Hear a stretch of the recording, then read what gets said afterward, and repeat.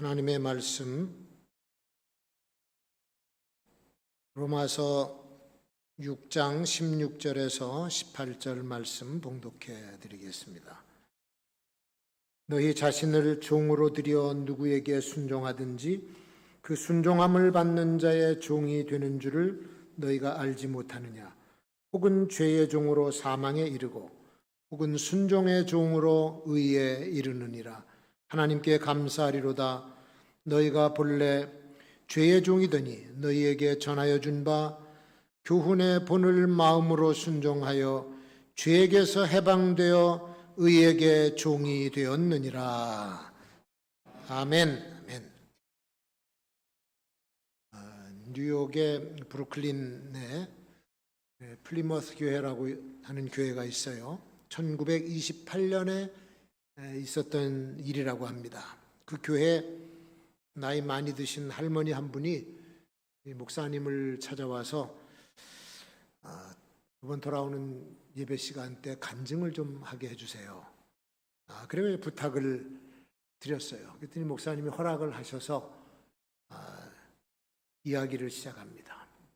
지금부터 68년 전의 이야기입니다 하면서 정확하게 날짜까지 기억하는 거예요. 1860년 9월 19일 그날은 주일이었습니다. 이 교회 마당에서 노예 시장이 섰는데 이미 아버지는 다른 곳으로 팔려가 버리고 이제 내 차례가 되었는데 누가 나를 살지, 나는 어디로 갈지 두려움에 사로잡혀 있었죠.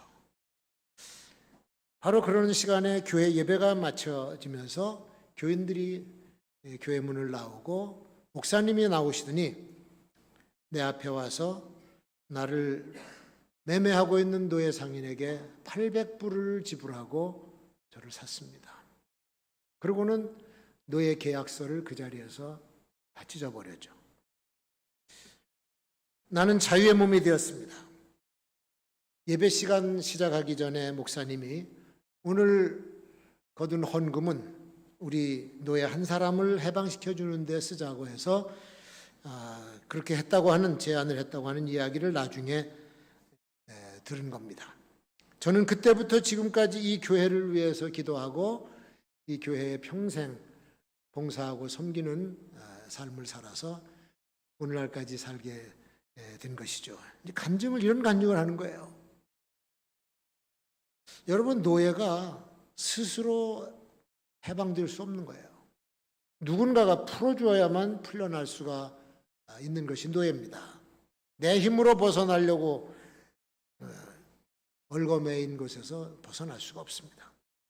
오늘 그런 강력한 메시지를 우리에게 주고 있는 간증이죠.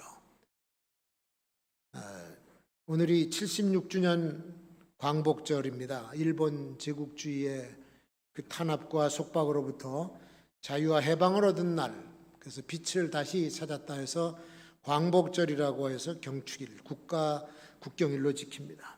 하나님께서 풀어주신 광복이죠. 다시는 나라를 빼앗기는 이런 비극적인 역사가 이 땅에서는 일어나서는 안 된다라고 하는 국민적인 각성과 다짐을 하는 날, 그게 바로 광복절이 아니겠어요? 1945년 8월 15일에 광복을 맞아서 우리는 자유민주주의를 구가하는 나라가 되었습니다. 그런데 지금 우리 국민은 과연 민주주의 체제 속에서 진정한 자유를 누리며 살고 있는가? 정치적으로 자유하며 경제적으로 자유하며 말할 수 있는 자유, 모일 수 있는 자유, 먹을 수 있는 자유, 갈 수 있는 자유 얻고 살아가고 있는가? 우리를 다시 돌아보고 시대를 다시 돌아봐야 되죠.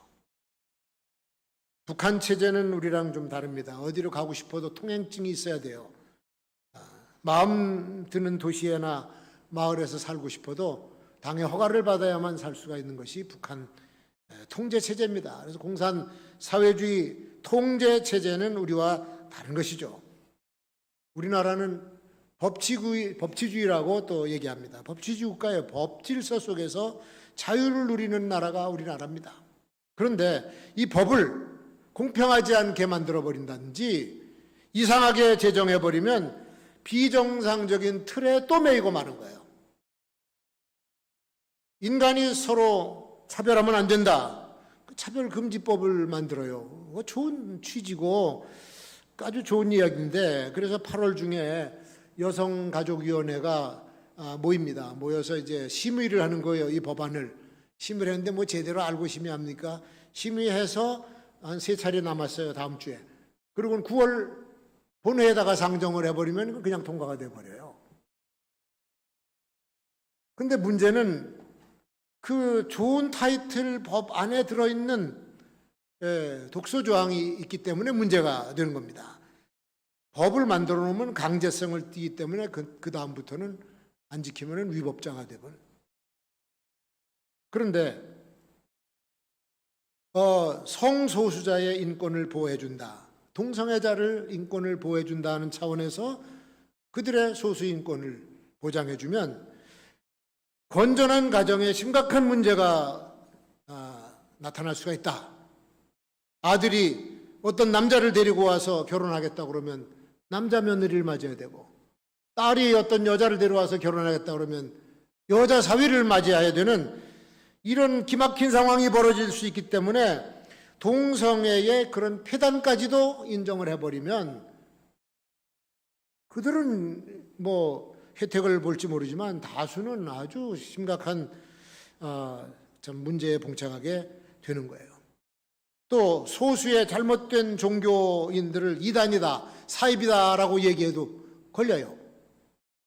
오직 예수 그리스도만이 구원자다라고 설교하게 되면 다른 종교는 뭐냐 해서 또 그게 법에 저촉이 되고 범법 행위가 되기 때문에 지금까지 우리가 알던 기존 질서에 혼돈이 오게 되는 것입니다. 특히 교회는 목회나 선교 활동에 아주 커다란 장애 요소가 있기 때문에 교계에서는 이 법 제정에 대해서 지금 반대하고 다시 돌아보라는 거죠.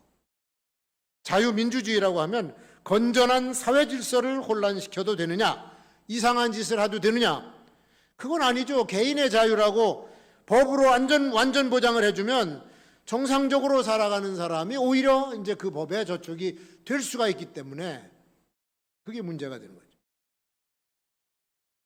이게 과연 가치 있는 자유인가? 정말 자유로 우리가 만들어내는 법인가? 참 자유, 진정한 해방 얻었는데 그게 도대체 뭐냐? 자유민주 시대에서 왜 많은 사람들이 자유를 누리지 못하고 사는가? 저는 자유에 대한 가치를 바로 인식하지 못했기 때문이라고 봐요. 모든 거 다 허용하고 무슨 짓을 하든지 다 하게 만들어주면 그게 자유가 아니라고 하는 것을 알아야 돼요.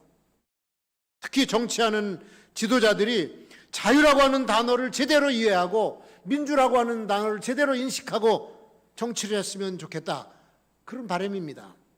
유권자들의 지지만 얻고 환심 사서 표만 얻으려고 그렇게 별짓을 다 하는데 그러면 안 돼요. 국민이 낸 세금을 가지고 자기 것 신장 선심 쓰고 표 얻으려고 하는 짓, 그 정치인들이 하면 안 됩니다. 자리만 지키기 위해서 건전치 못한 철학 이론, 정치 이념에 빠져가지고 법을 만들어주면 그건 우리 사회에 혼란을 가져오게 되는 위험한 짓이죠. 권력을 얻으면 자기 마음대로 하면 됩니까? 그 위험한 생각입니다. 근데 가만히 들여다보니까 힘을 가진 자는 자유를 누리고 힘없는 자들은 거기에 예속돼서 또 끌려가요. 이게 없어진 것이 아니야. 차별이 현재 진행형이에요. 북한 공산사회주의에서도 그대로고 남한의 자유민주주의에도 그대로입니다. 자유는 누구에게나 주어지는 것이고 누구에게나 공평해야 돼요. 힘 있는 자나 힘 없는 자나 누구나 누려야 될 사람의 기본적인 권한이죠. 옛날에 노예제도가 합법화됐던 그 시대에는 그냥 사람들이 그게 운명인 줄 알았어요. 우리 아버지가 노예니까 나도 노예고 내 아들도 노예다. 그러니 우리는 이렇게 짓밟히며 살아가는 것이 숙명이지. 누가 그렇게 태어나랬나? 뭐 그렇게 넘기고 지나갔습니다마는 오늘날은 다르잖아요. 오늘날은 자유를 구가하는 그런 시대인데 이상하게 보면은 그 안에 제목은 자유인데 노예제도가 그냥 있는 거야. 현대사회 속에. 그래서 진정한 자유를 누리지 못하는 모습을 지금도 보고 있는 겁니다. 지식이 있으면은 없는 사람보다는 자유로워요. 무식하면은 모르니까 가서 물어봐야 되고, 아는 사람은 자기 아는 대로 행하니까 지식이 있으면 좋은데, 그러나 이 지식이 진리에 속하지 않으면 자유를 얻을 수 없습니다. 진리에 속해야 돼요. 진리가 뭡니까? 어제나 오늘이나 바른 삶, 그리고 행복한 삶을 살게 해주는 것이 진리예요. 이건 불변의 삶의 법칙이고 삶의 원리입니다. 그래서 진리가 담긴 지식을 얻어야만 거기에 참 자유가 있는 것이에요. 말이 통하지 않아도 자유롭지 못합니다. 언어가 통해야 되는 거예요. 외국에 나가서 말이 안 통하면 얼마나 답답합니까? 화장실 한번 가려고 그래도 말이 안 나오니까 그냥 뭐 행동으로 해야 되잖아. 행동으로. 어디서? 쉬. 러시아, 프랑스, 영어가 안 통하면요, 아주 혼란을 겪을 때가 많이 있어요. 근데 서로 같은 말, 같은 나라에 살면서도 의사소통이 안 돼, 말이 안 통하는 경우가 많이 있습니다. 서로 말은 하지, 앉아서. 근데 생각이 달라. 모두 자기 주장만 옳고 상대방의 주장은 전부 그런 거예요. 그러니까 내 편의 말은 정답이고 상대편의 말은 전부 오답이. 그러니 아무리 앉아서 백날을 얘기하고 회의를 몇 년을 해도 무슨 소용이 있어요? 소통이 안 되는데. 말이 안 통하면 자유가 없는 겁니다. 경제력이 없어도 자유를 제대로 쓰지 못해요. 남의 돈 빌려 쓰고 제 날짜 갚지 못하면 그때부터는 자유가 없는 겁니다. 숨어 다녀야 되고 피해 다녀야 되고, 아무리 좋은 일을 추진하려고 해도 그 일을 할 돈이 없어, 비용이 없으면은 못 하는 거예요. 뭐 교회가 구제 사업 하고 싶다, 선교 사업 하고 싶다, 아무리 하고 싶으면 뭐래, 재정이 없으면 못 하는 거예요. 3살던 사람이 모처럼 집 살 기회가 찾아왔어요. 지하철 가까운데 집이 하나 났는데 집주인이 급히 해외로 이민을 간다네. 그러니까 시가보다 더 싸게 내놔야 돼서 자기 친구한테 얘기했더니, 세 사는 내 친구한테 가서 얘기를 했어요. 야, 너 집 살 수 있는 기회다. 장소도 좋고 집도 깨끗하게 좋고 주인도 급하다. 근데 소개해주고 보니까 그 집 살만한 돈이 없어. 대출도 제한을 받았어. 아깝지만 포기해야 돼. 구매 결정에 자기 자유가 없는 거예요. 개인이나 가정이나 경제력이 있어야 자유를 구가하게 되는데, 경제력도 자유를 위해서 필요한 거긴 하지만 그게 또 최종적인 가치는 아니더라고. 자유가 보장된 사회에서도 사람을 부자유스럽게 만드는 요소들이 얼마나 많은지 알 수가 없어요. 그런 가운데서 우리가 지금도 이만큼 얻은 자유가 있으면 이거를 소중하게 여겨야 되고, 그 자유를 얻은 그 기회 속에서 이런 실력들을 가져야 되는 거예요. 그러니까 부지런히 노력할 수밖에 없어. 자유를 줬는데도 예속돼서 산다 그러면 그거는 불성실 아니면은 나태함이죠. 하나님은 우리를 풀어주고 싶어 하시고 자유를 주고 싶어 하시고 행복을 주고 싶어 하시는 분인 줄로 믿습니다. 우리 이 자유를 소중하게 여기고 하나님 주신 자유를 가지고 더 발전시키는 우리가 되어야 될 줄로 믿습니다. 두 번째, 진짜 자유를 얻으려면 어떻게 되느냐? 자유는 외적인 속박만 없어진 것이 자유가 아니다. 내면적인 해방이 진정한 자유다. 한번 따라 하시겠어요? 내면적인 자유가 진정한 해방이다. 속사람이 풀려져야 돼요. 오랜 세월 노예 생활하던 사람들에게 오늘 당장 갑자기 자유를 줘버리면요, 어떻게 할지를 몰라요, 사람은.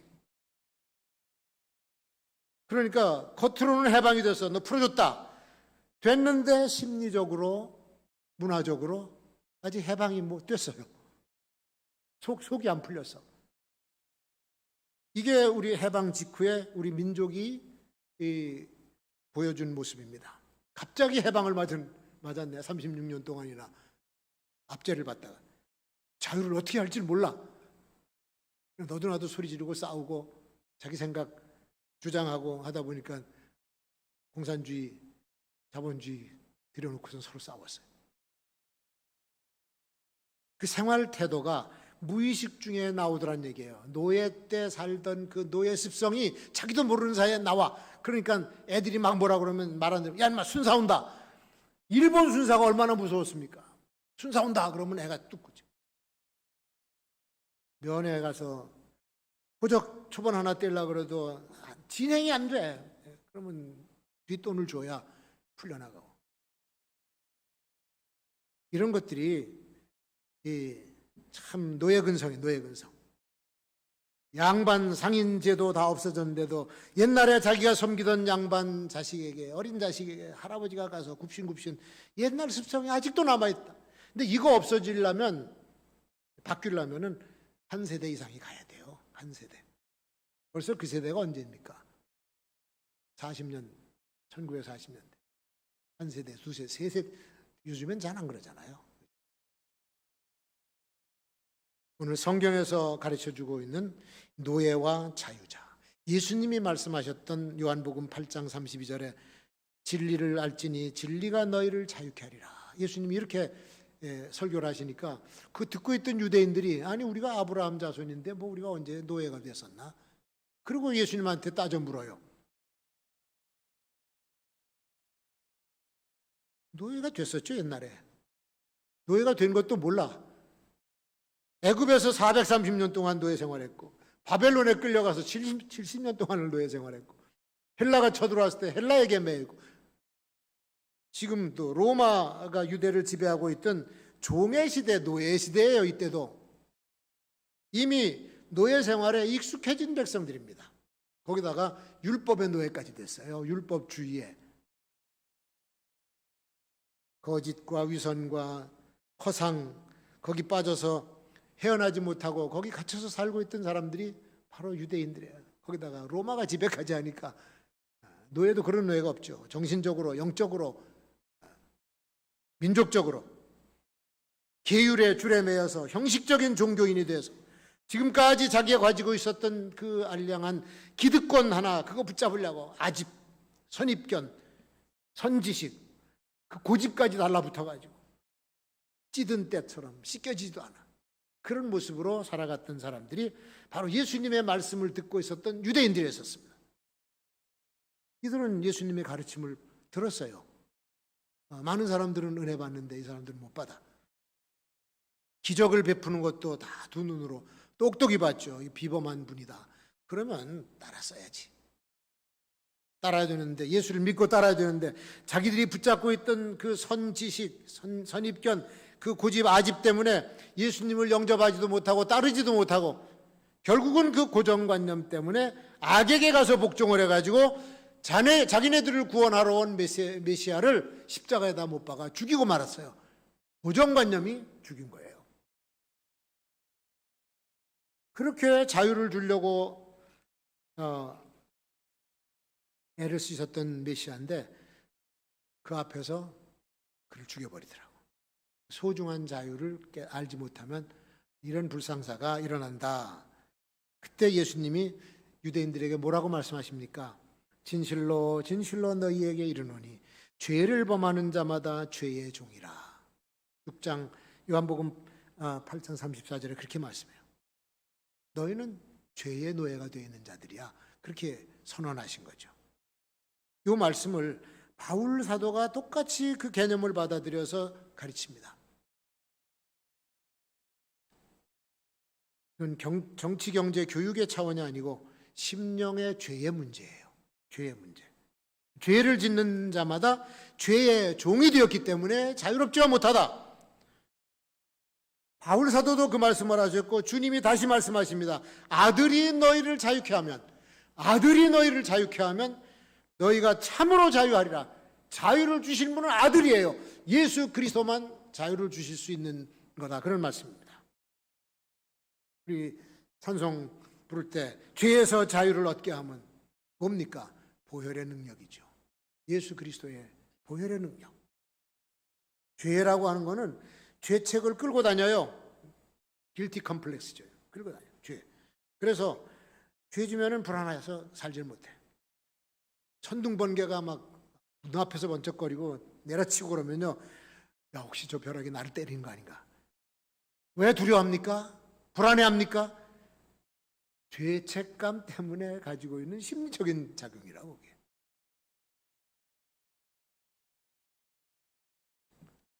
죄를 진 사람들은요, 항상 두려워하고 피해들어 숨고 싶어하고 그러는 거예요. 그리고 죄는 지어본 사람이 또죠. 상습범이 뭐냐? 계속 벗어나지를 못해요. 상습적인 성폭력범은 전자발찌를 차고서도 똑같은 죄를 또 짓습니다. 그러니까 죄는 사람을 얽어매서 끌고 가요. 끌고 가면서 그 사람의 인성 파괴시키죠. 모든 걸 다 파괴시켜요. 성품도 나빠져. 근데 거기서 지가 혼자 벗어나려고 막 발버둥을 치면은 발버둥 칠수록 엉켜. 거미줄에 매인 곤충 보셨어요? 날려고 날개 발광을 하면 더 꼬입니다. 죄진 사람이 그렇게 돼버려요. 그러니까 이건 누가 건져주지 않으면 안 돼. 점점 폐인이 돼가고 나중에 가서는 비참한 종말을 맞아. 성경에서 그래서 뭐라 했습니까? 죄의 싹은 사망이다. 사망이에요. 죽는 길밖에 없어요. 그 죽으러 가는 죄를 회개하고 의의 길로 바꿔 서야 돼. 옛사람을 벗어버리고 새 사람을 입어야 될 줄로 믿습니다. 내면의 인간이 변화돼야 새로워지고 자유로워지는 거예요. 속사람이 변화되면 삶의 환경이 변화되고 사람과의 관계가 변화가 되는 것이고, 그러면서 자유와 해방을 느끼는 거예요. 잘 살고 못 사는 문제, 출세했느냐 안 했느냐 문제도 아닙니다. 내가 제대로 하나님 앞에서 바르게 살았느냐 못 살았느냐 이런 문제죠.